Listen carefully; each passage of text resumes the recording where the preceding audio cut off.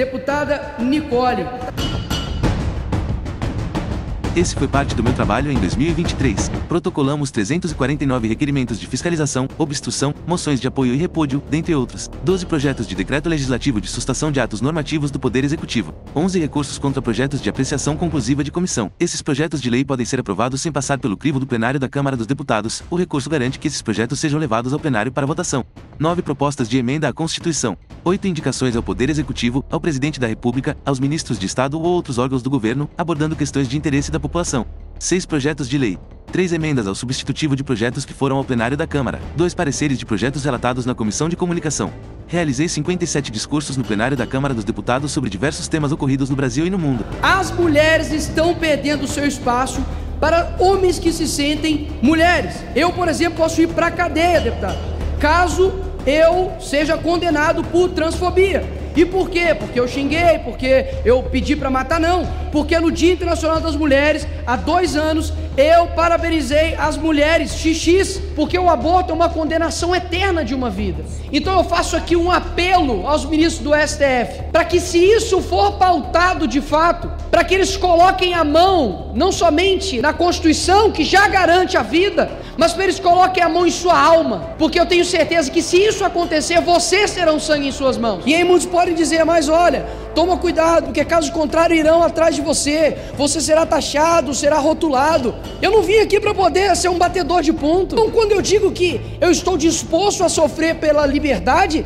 não é porque eu me preocupo com eleições, horas. Eu já sou uma pessoa eleita. O que eu quero dizer é que nós não podemos subestimar o poder da nossa fala, não podemos subestimar o poder de convencimento da verdade. Não tenham medo de enfrentar a tirania, não tenham medo de enfrentar os ditadores, porque se eu tenho certeza de alguma coisa, é que nós já estamos no começo de uma. Eu digo, homossexualidade é pecado. Vão ser vocês que vão me impedir de fazer isso? Vai ter que virar muito ser humano para poder vir para cima da gente e dizer que não pode dizer que homossexualidade é pecado.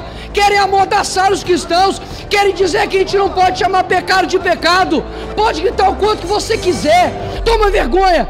Querem usar o nome de Cristo para poder calar outras pessoas. Eu continuo dizendo, pecado é pecado, e ponto final.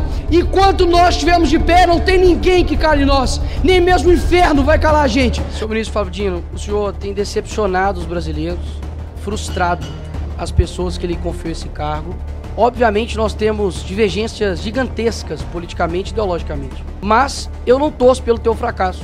Afinal de contas, o teu fracasso significa, ou deveria significar, o sucesso do crime organizado, o sucesso da milícia, o sucesso do roubo, do furto, do assassinato.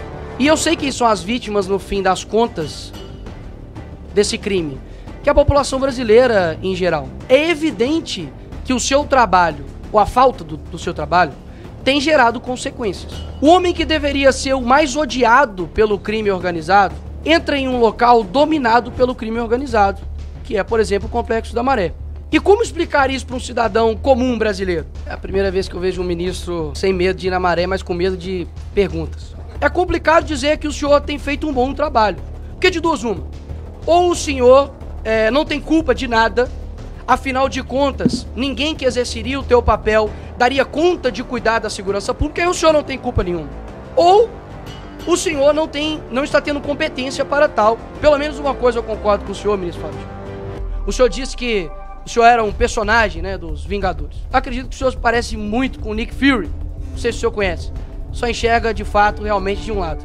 Boa sorte para o senhor tentar explicar o inexplicável. Eu vim aqui dizendo que nós estamos estimulando a democracia. Senhores, semana passada vocês estavam recebendo Nicolás Maduro aqui no Brasil. Tá de sacanagem de querer ficar taxando senhores e senhoras aqui como terroristas. Espera aí, que narrativa mais fajuta de pessoas mentirosas. Porque se mentira fosse esporte olímpico, tinha vários campeões aqui. E qual que era o papel do GSI no plano escudo? O senhor tem que ler o plano escudo, deputado. Tá, eu tô pedindo pro senhor. O senhor era o responsável, não era eu, senhor general. Era o senhor tá aqui para ser perguntado. Ele é muito bem escrito. Se o senhor ler, o senhor tem noção. Não, eu quero que o senhor me responda. O senhor tá aqui para responder, não me perguntar. O senhor tem conhecimento se a ABIN encaminhou esses informes para o Ministério da Justiça? O senhor tem a compilação dos informes?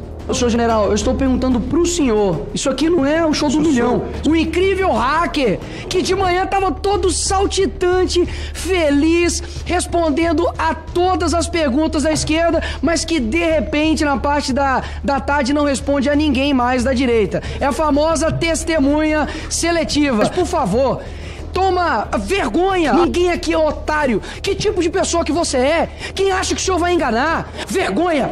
No fim das contas, o senhor é um covarde! É isso que eu digo pro senhor. Coronel Cid, o senhor é um preso político.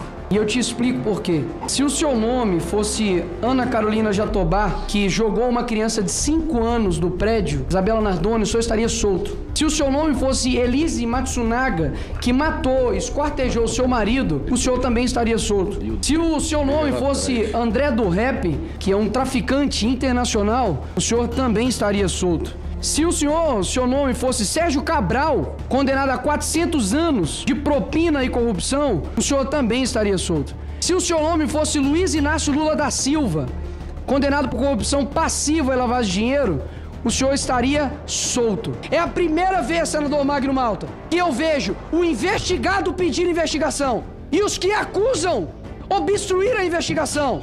Alguma coisa está contrária aqui no nosso Brasil. Fui titular da Comissão de Direitos Humanos. Fui titular da Comissão de Fiscalização Financeira e Controle. Fui suplente da Comissão de Comunicação. Fui suplente da Comissão Especial para apreciar a PEC 5 de 2023, que trata da imunidade tributária concedida a organizações religiosas. Fui suplente na Comissão Parlamentar Mista de Inquérito que apurou os atos ocorridos no Congresso Nacional no dia 8 de janeiro de 2023. Fui vice-líder da oposição, oportunidade em que pude auxiliar os deputados da oposição na orientação de tomadas de decisões e orientações de votos no plenário e comissões da Câmara. Protocolamos um projeto de decreto legislativo para assustar os efeitos da resolução assinada em setembro pelo governo Lula, que orienta todas as escolas do país a permitirem o uso do banheiro de acordo com a identidade de gênero, abrindo brecha para que uma pessoa que se considere mulher, mesmo tendo nascido homem, use o banheiro feminino. Protocolamos em parceria com outros deputados, um projeto de decreto legislativo para assustar os efeitos do decreto, assinado em agosto pelo governo Lula, que permite que o Brasil volte a comprar energia da Venezuela. O acordo tem por objetivo que Roraima retome a compra de energia da hidrelétrica venezuelana de Guri. O presidente Lula tem tentado forçar os países da América Latina a apoiar o ditador Maduro não porque exista algum benefício para o Brasil, mas por causa de sua agenda ideológica de esquerda. Protocolamos em parceria com outros deputados um projeto de decreto legislativo para assustar os efeitos do decreto assinado em outubro pelo governo Lula, que praticamente dobra o imposto sobre armas de fogo e munições. A decisão amplia a alíquota incidente sobre revólveres, pistolas, espingardas, carabinas, spray de pimenta e outros equipamentos, além de aumentar o imposto de munições. O governo Lula não apresenta uma medida satisfatória para combater a criminalidade e conter o avanço do crime organizado, mas deseja restringir a aquisição de armas pela população. Protocolamos em parceria com outros deputados um projeto de decreto legislativo para assustar os efeitos do decreto, assinado em julho pelo governo Lula que acabou com o Programa Nacional das Escolas Cívico-Militares. Protocolamos em parceria com outros deputados um projeto de decreto legislativo para assustar os efeitos da resolução, assinada em agosto pelo governo Lula, que limita voos no aeroporto Santos Dumont no Rio de Janeiro, a partir de janeiro de 2024. Protocolamos em parceria com outros deputados um projeto de decreto legislativo para assustar os efeitos de uma resolução, publicada pelo Conselho Nacional de Justiça, que pode se tornar um incentivo velado às invasões coletivas e ocasionar uma reintegração de posse mais demorada às pessoas que tiveram sua propriedade tomada. A medida tem despertado insegurança no meio rural, pois pode dificultar a vida do produtor rural que tiver áreas invadidas. Protocolamos em parceria com outros deputados um projeto de decreto legislativo com o objetivo de assustar os efeitos de uma resolução do Conselho Nacional de Saúde, que prevê a legalização do aborto e do uso da maconha, bem como autoriza tratamentos hormonais para mudança de sexo em adolescentes de 14 anos. Embora o PDL em si não detenha poder legal, protocolamos este documento para evitar que a resolução influencie as políticas públicas na área de saúde pública pelo período de 4 anos. Protocolamos em parceria com outros deputados um projeto de decreto legislativo para assustar os efeitos do decreto assinado em julho pelo governo Lula, que restringe o porte e a posse de arma e munições em todo o país. O decreto desarmamentista de Lula apresenta artigos que exorbitam o poder regulamentar, violando até mesmo o Estatuto do Desarmamento. Protocolamos em parceria com outros deputados um projeto de decreto legislativo para assustar em partes o decreto que criou o programa Saúde na Escola em 2007 e que era responsável por promover o tema de saúde sexual e reprodutiva aos alunos. O governo Lula editou uma portaria com base no referido decreto em julho de 2023, que destina 90,3 milhões de reais para os municípios que aderirem ao programa. Sabemos o quanto hoje em dia as escolas tentam atravessar os valores da família, fazer apologia da sua opinião e tentam ditar normas em termos de comportamento sexual. Protocolamos um projeto de decreto legislativo para assustar os efeitos do decreto assinado em janeiro pelo governo Lula, que reduziu o acesso às armas e munições e cancelou novos registros de escolas de tiros para os caçadores, atiradores e colecionadores. Protocolamos um projeto de decreto legislativo para assustar os efeitos da portaria do Ministério da Justiça, assinada em abril pelo Flávio Dino, que regula os conteúdos postados nas redes sociais. Não podemos permitir que o governo atribua a si mesmo o poder de dizer o que é verdade ou não. protocolamos um projeto de decreto legislativo para sustar os efeitos de 2 decretos assinados em abril pelo governo Lula, que faz o país retroceder ao quadro de ineficiência no setor de saneamento básico. Ficam inviabilizadas as metas de universalização dos serviços de tratamento de água e esgotamento sanitário, que tem prazo até 2033 para serem cumpridas. Protocolei em parceria com outros deputados o PL 5021 de 2023, que aprimora o conceito de terrorismo e cria uma lista com o rol de organizações que devem ser consideradas terroristas no país. Protocolei em parceria com outros deputados o PL 4894 de 2023, que reconhece os grupos radicais Hamas e Hezbollah como terroristas, estabelece sanções políticas e econômicas contra entidades e países que os apoiam financeiramente e pede pena de prisão para as manifestações de apoio aos grupos. Protocolei em parceria com outros deputados o PL 3317 de 2023, que busca anistiar condenados por ilícitos cíveis eleitorais ou declarados inelegíveis do período de 2 de outubro de 2016 até a data de entrada em vigor desta lei, corrigindo distorções político-sociais decorrentes de decisões da Justiça Eleitoral. Protocolei em parceria com outros deputados o PL 3763 de 2023, que pretende criar delegacias específicas para atuar em conflitos agrários. Os conflitos agrários têm aumentado e a falta dessas delegacias especializadas favorece a impunidade de organizações criminosas. Protocolei o PL 45 de 2023 visando simplificar e facilitar o processo de aquisição, cadastro, registro e a posse de armas de fogo e munição para os cidadãos. A proposta vai na contramão do decreto do presidente Lula, que revogou as normas estabelecidas por Bolsonaro que facilitavam acesso às armas. Protocolei em parceria com outros deputados o PL 2501 de 2023, que acrescenta na lei de abuso de autoridade 2 artigos para tornar crimes a censura e o confisco de plataforma. Recentemente, uma decisão do STF obrigou o Telegram a deletar uma mensagem enviada para seus usuários alertando contra os perigos de um projeto de lei que estava tramitando na Câmara dos Deputados. Os direitos à liberdade de expressão e de imprensa precisam ser assegurados. Protocolei em parceria com outros deputados a PEC 50 de 2023, que visa permitir ao Congresso Nacional revogar decisões do STF que extrapolam os limites constitucionais. A intenção é conter os excessos dos ministros em temas que são de competência do Legislativo. Protocolei em parceria com outros deputados a PEC 34 de 2023, que contém a proibição expressa da descriminalização do consumo e porte de drogas ilícitas para fins recreativos. Além disso, a proposta visa garantir ao cidadão o direito de tratamento do vício das drogas com a cooperação do Estado, da família, das comunidades terapêuticas, das entidades religiosas e entidades privadas. Protocolamos uma PEC com o objetivo de impedir a liberação de emendas parlamentares pelo Poder Executivo nas semanas de votações de grande impacto no Congresso Nacional, tornando esta prática crime de responsabilidade fiscal. Protocolei em parceria com outros deputados a PEC 57 de 2023, que busca acrescentar as guardas municipais como órgão de segurança pública. O protagonismo das guardas municipais precisa ser resgatado no âmbito da segurança pública nacional. Protocolei em parceria com outros deputados a PEC 44 de 2023, que visa permitir a reserva de 5% das emendas dos deputados e dos senadores para atender às emergências da natureza. Protocolei em parceria com outros deputados a PEC 6 de 2023, que prevê que obras internacionais financiadas pelo BNDES tenham que passar pelo aval do Congresso Nacional e não sejam apenas por meio de uma canetada da Presidência da República. Esta proposta é de extrema importância diante dos calotes dados por Cuba e Venezuela aos cofres do Tesouro Brasileiro com obras autorizadas nos governos petistas anteriores. Protocolei em parceria com outros deputados a PEC 5 de 2023, que amplia a imunidade tributária conferida a templos religiosos e a partidos políticos. Protocolei em parceria com outros deputados a PEC 7 de 2023, que visa regular o poder do presidente de conceder indulto, limitando-o a no máximo 20% da pena, com exceção dos indultos individuais ou de caráter humanitário que não foram limitados. No fim do ano se repetirão os decretos de impunidade natalina dos governos petistas e temos urgência em evitar que tantos criminosos ganhem esse presentinho de Lula. Ministramos em centenas de igrejas pelo Brasil e no mundo sobre o cristão e a política, realizando um trabalho cultural e evangelístico para jovens e adolescentes e adultos, mostrando qual deve ser o posicionamento do cristão diante da política.